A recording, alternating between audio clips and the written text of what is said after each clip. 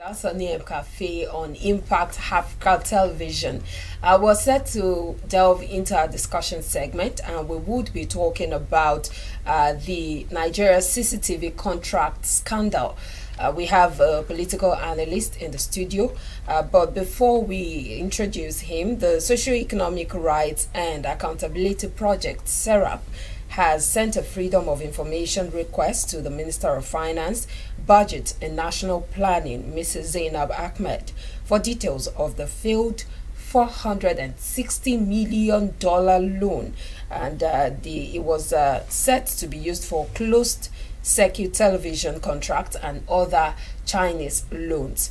In the request dated October 25, 2019, and signed by the Deputy Director, Kola Wole Oluwadari, SERAP urged the minister to urgently provide information on the total amount paid to contractors out of the $460 million loan obtained in 2010 from China to fund the apparently failed Abuja CCTV contract, the loan which the federal government has continued to repay. Discussing this with us this morning is Shola Ishola, a public affairs analyst. Good morning, Shola. Good morning. Thanks for having me. Good morning, and thank you for joining us. Okay, looking at this contract that has been awarded for 2010, it showed that it has failed from the beginning, because don't forget that the Ghana rejected this because of the inferiority in that equipment, talking about the cameras and the battery. And why is it that most projects like that, when it's been given out to some other contractors, talking about the Chinese and even Nigerian, there are always issues? And since 2010, why is it just coming up now? Well, I wouldn't know the details of the contract, but I know that at that time a lot of controversy actually trailed, that project. But usually such multilateral, agreements or loans like that also carry some condition. And part of the conditions sometimes is that the equipment must come from the source of the loan. And for example, if it's an EU project, most of the equipment and the consultancy goes to any of the EU countries, as the case may be. So I wouldn't know if the same applies to that CCTV, project. Nevertheless, I think it is irresponsible of a government to collect such huge amount and not ensuring that the project is implemented for the benefit of the people. And that's only goes to to show the recklessness of people in government and the leadership of this country, and it's really unfortunate. But government, as we know it, is a continuum, or should be a continuum. But how do we explain a situation where the finance minister cannot categorically say how or what the money has been used for? Because when she was asked where are the CCTVs, what has been done about the money, why are we still servicing the loan, she could not give any explanation. What is going on? Why do we keep having this severance in governance, especially from one administration to the other? Yes, you are right that the government is a continuum, but I think also this government they came in 2015. That was about 5 years after the loan had been collected. But I think it's also their responsibility to investigate what happened to the loan.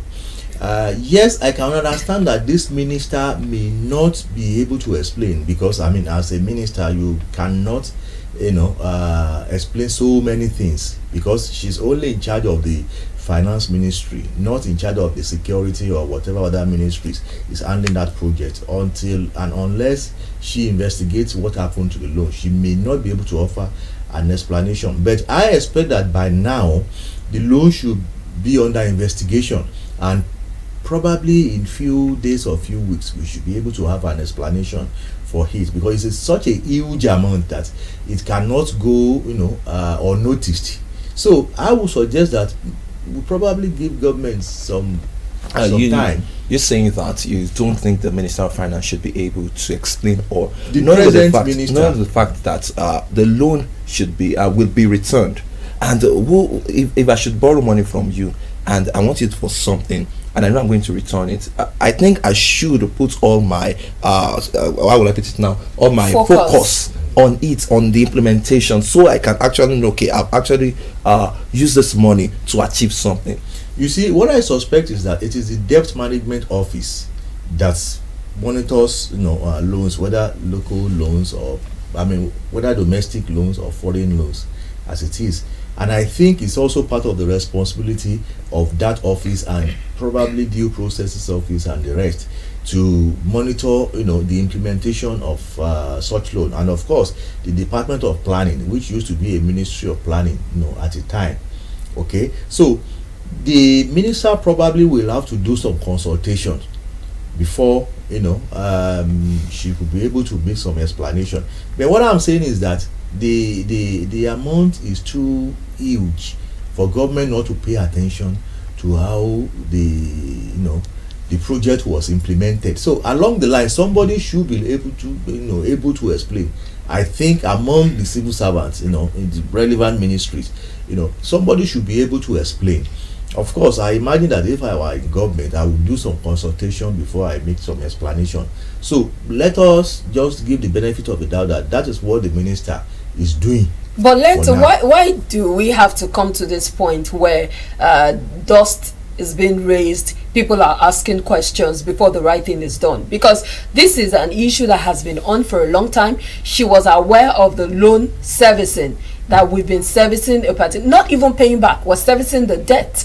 So she should have been aware of it. Shouldn't have raised some questions in her and have made her, look into that matter, check out, do some investigations, even before SERAP and other agencies started crying out? Well, you never know, because the loan Nigeria has taken, especially in the last few years, has been so huge, the foreign loans, that it may be difficult for a minister to actually be monitoring particular loans or implementation of projects.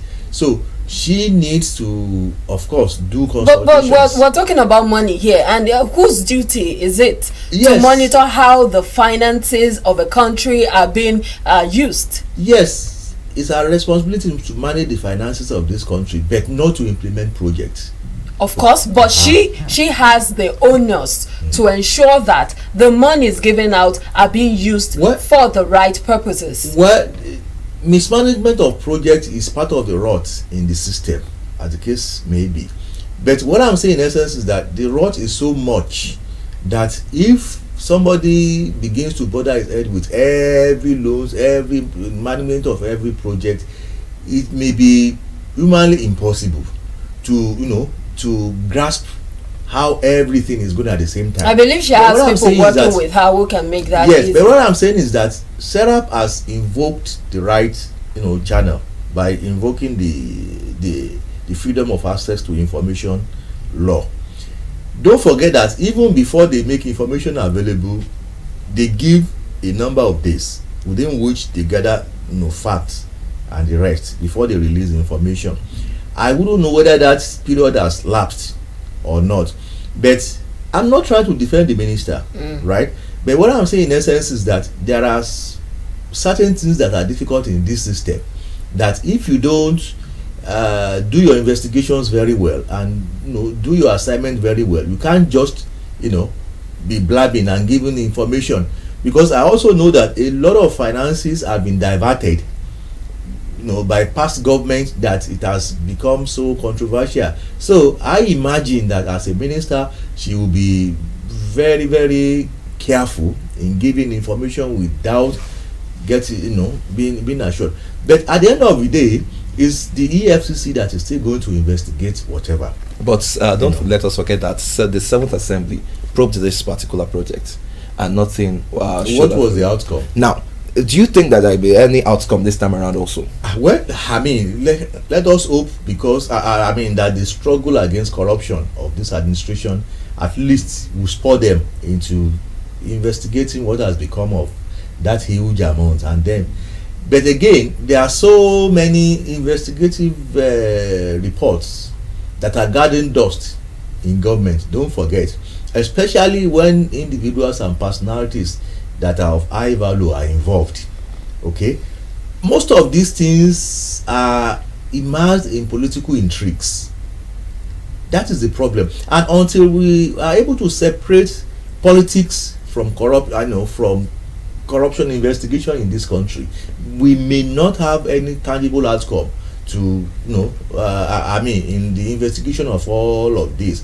But I believe that as a responsible government, this particular project must be investigated, and the result must be put in public domain.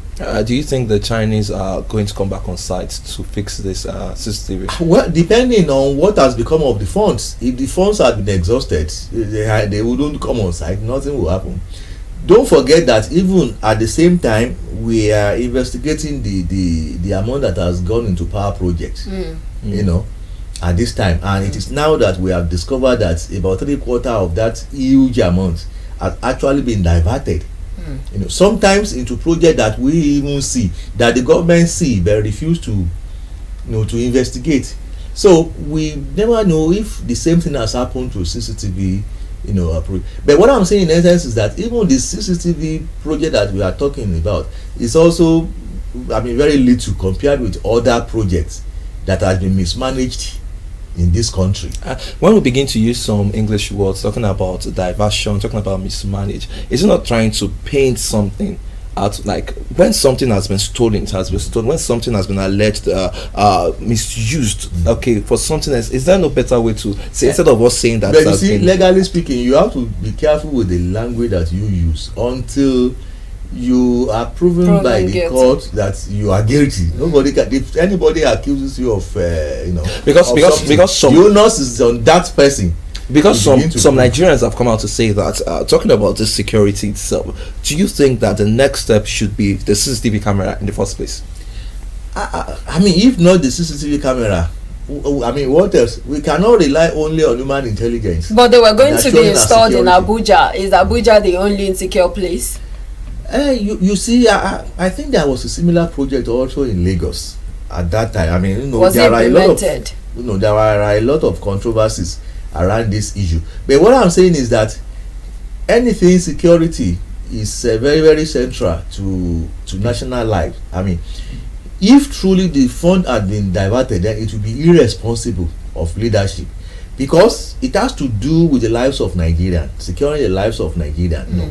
And especially in Abuja, where our political elites are concentrated, our business elites, everybody, the cream of of our society are concentrated. So if they could be reckless as to divert such amount that will secure their own lives, I don't know what else will be secure. But this begs for question the fact that transparency and accountability is one word that is not found in the governance or the politics of Nigeria. Why is this so? Well, for now nobody could explain, but I know that one of the policies of this present administration is to make sure that accountability is revived, transparency is revived. After how many years? Responsibility is revived, but we are still looking. Are we moving closer at all? I'm not too sure that we are even scratching it on the surface as it is, because one would have expected that by now such huge amount of money, there should be serious accountability around it, if not periodic reporting on the achievement of it. Other countries like Kenya had embarked on such project and it's working, even with lesser amounts. Recall that we still have the P&ID issue, which is on ground, where there are still unresolved cases on that matter, and they're talking about is it 960 million naira that is supposed to be paid. Is it dollars or naira now? I can't really recall. That is supposed to be paid in that particular case, with Nigeria still battling with a debt profile of over 25 trillion naira. How do we begin to marry all the situation together? Because now we have an outstanding of $460 million to also pay. Children. So it means we're passing debt from generation to generation without even anything to show for it. I don't know if our leaders actually realize all of these things that we are talking, because we have been talking about it for for years now, and it appears that things are actually getting worse as it is. But what I'm saying in essence is that it will be irresponsible of us to collect such huge loan that will be paid by our children and our children's children, and we couldn't point to any developmental, incremental developmental, issues that we achieve by all these things, because our standard of living is not improving. And one would have thought that with such huge amount, and the one that was written off about 15 or more years ago during the Obasanjo regime, we have not felt the impact, in our lives. And the indicators is such that even our lives is better in the 1960s and 70s than now. So if it continues like this in the next generation, I don't know where we'll be. So, but I believe that we should continue to advocate, we should continue to use our platform to put pressure on government, to become responsible. Oh, when you say that we should put pressure, are you saying that they're not pressurized enough? Are they not aware of what is happening? They are aware, but I don't think we are putting enough pressure. I think we are more preoccupied with subsistence. Or maybe I should ask, what kind of pressure are you talking about? The kind of pressure that I'm talking about is for Nigerians, for the civil society, like the thing that this organization that we're talking, Serap is doing. Let more organizations like that come up. Let individuals, let groups, members of the civil society, members of the community, let them put more pressure on government. For example, I expect that some pressure groups within Abuja should even, are the one doing all these things that Serap are doing. Because it's about their lives. They are resident there, and every day you hear about insecurity.